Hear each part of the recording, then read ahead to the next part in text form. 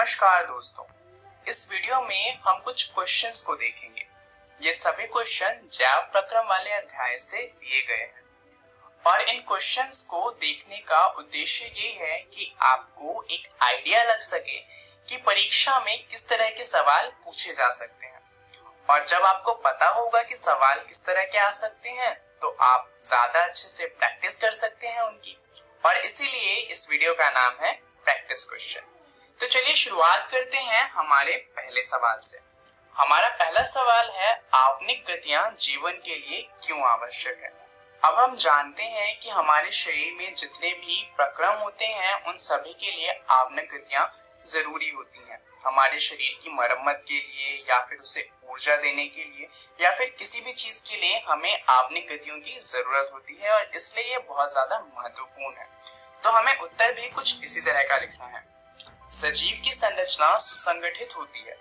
उनमें उत्तक हो सकते हैं, उत्तकों में कोशिकाएं होती हैं और कोशिकाओं में छोटे छोटे घटक होते हैं। सजीव की यह संगठित एवं सुव्यवस्थित संरचना समय के साथ साथ पर्यावरण के प्रभाव के कारण विघटित होने लगती है। तो यहाँ पर हमने एक्सप्लेन किया है कि जो सजीव होते हैं वो एक सुसंगठित संरचना होती है और समय के साथ साथ ये विघटित होने लगते हैं और इसीलिए जीवों के शरीर को मरम्मत तथा अनुरक्षण की आवश्यकता होती है।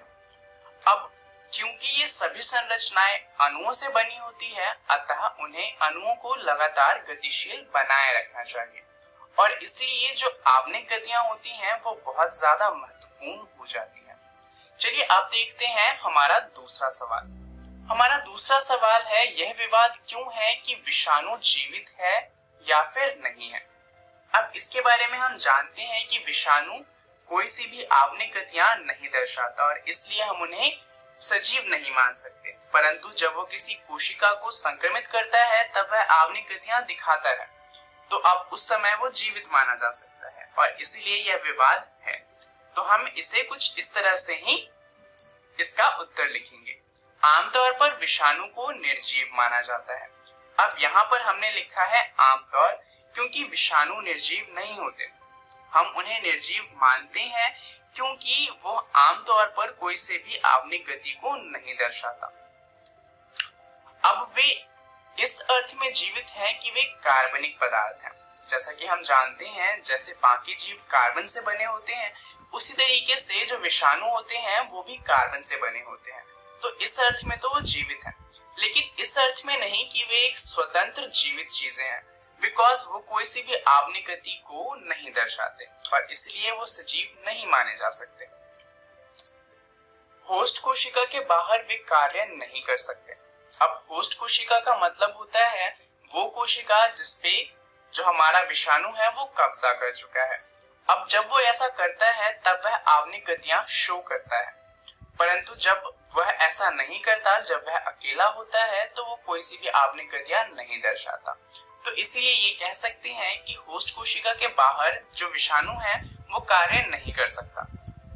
अब वास्तव में विषाणु के अंदर आवनिक गति तो नहीं होती जब तक वे किसी कोशिका को संक्रमित नहीं करते और इसी कारण यह विवाद बना हुआ है कि वास्तव में विषाणु जो है वो सजीव है या फिर नहीं है। तो चलिए देखते हैं कि अगला प्रश्न क्या है। तो अगला प्रश्न है, पोषण क्या होता है। अब हम जानते हैं कि यह चार बहुत ही ज्यादा महत्वपूर्ण जैव प्रक्रमों में से एक है। तो इसका उत्तर हम कुछ इस तरह से लिखेंगे। शरीर में क्रम की स्थिति के अनुरक्षण करने के लिए ऊर्जा की आवश्यकता होती है और वृद्धि, विकास, प्रोटीन संश्लेषण आदि में भी हमें बाहर से भी पदार्थों की आवश्यकता होती है। तो यहाँ पर हमने सबसे पहले बता दिया कि हमें आवश्यकता किन किन चीजों की होती है। पहले तो हमें ऊर्जा की आवश्यकता है, दूसरा वृद्धि, विकास और प्रोटीन संश्लेषण के लिए हमें बाहर से कुछ पदार्थ चाहिए। तो इसलिए जीवों के शरीर से बाहर से ऊर्जा के एक स्रोत जिसे हम भोजन कहते हैं वो स्थानांतरित करने की एक प्रक्रिया होती है जिसे पोषण कहा जाता है। तो यहाँ हमने ये बताया कि हमें बाहर से कुछ चीजें चाहिए थी, तो शरीर के बाहर से उन ऊर्जा के स्रोतों को शरीर के अंदर स्थानांतरित करना ही पोषण कहलाता है। और यहाँ पर जो ये ऊर्जा के स्रोत हैं इन्हें हम भोजन का नाम देते हैं। चलिए देखते हैं अगला प्रश्न क्या है। अगला प्रश्न है, अमीबा अपना भोजन कैसे प्राप्त करते हैं। अब हम जानते हैं कि अमीबा एक कोशिकीय जीव है जो अपने भोजन के पास जाता है, उसे चारों तरफ से घेरता है और उसके बाद उसे खा जाता है। तो हमें कुछ यही लिखना है। अमीबा कोशिकीय सतह से उंगली जैसे अस्थायी प्रवर्ध की मदद से भोजन को ग्रहण करता है। अब क्योंकि ऐसे सवाल जो हैं वहां पर डायग्राम्स बनाए जा सकते हैं, तो इसीलिए डायग्राम बना देने चाहिए। तो आप कुछ इस तरह के 4 डायग्राम बना सकते हैं जहां पर आप दिखा सकते हैं कि भोजन क्या है, उत्पाद कहां पर है और भोजन को खाद्य तृतीया में कैसे खाया गया है। इससे जो आपको नंबर मिलेंगे वो अच्छे नंबर मिलेंगे। तो यहाँ पर ये डायग्राम बनाने के बाद आप सवाल को ये लिख सकते हैं कि यह प्रवर्ध भोजन के कणों को घेर लेता है तथा संगलित होकर खाद्य तृतीया बनाता है। अब खाद्य तृतीया क्या होता है, ये दरअसल जो हमारा भोज्य पदार्थ है उसको चारों तरफ से घेरा हुआ एक गोला होता है जिसे अमीबा ने बनाया होता है।